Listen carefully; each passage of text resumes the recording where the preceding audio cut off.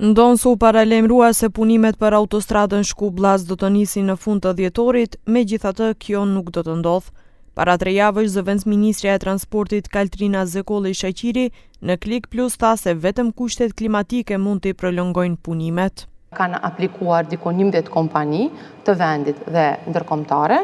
Mund të them që është zvogluar rreti në 3 kompani që i plotësojnë kushtet më shumë dhe çka është ajo që më gëzon më së shumti, se janë brenda buxhetit të parapar, madje ka shifra që janë shumë të kapshme se sa që kemi menduar ne se do të shohim kur t'i hapim.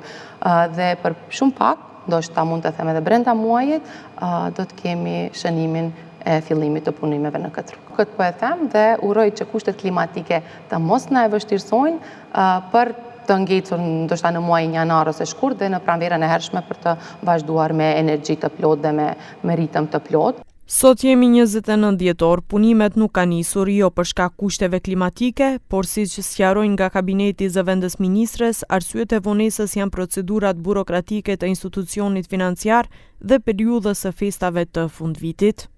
Siç dihet, ky projekt financohet pjesërisht me grant dhe pjesërisht me kredi nga kjo bankë, ndërsa vonesa ka ardhur si pasojë procedurave burokratike të institucionit financiar dhe periudhës së festave të fundvitit.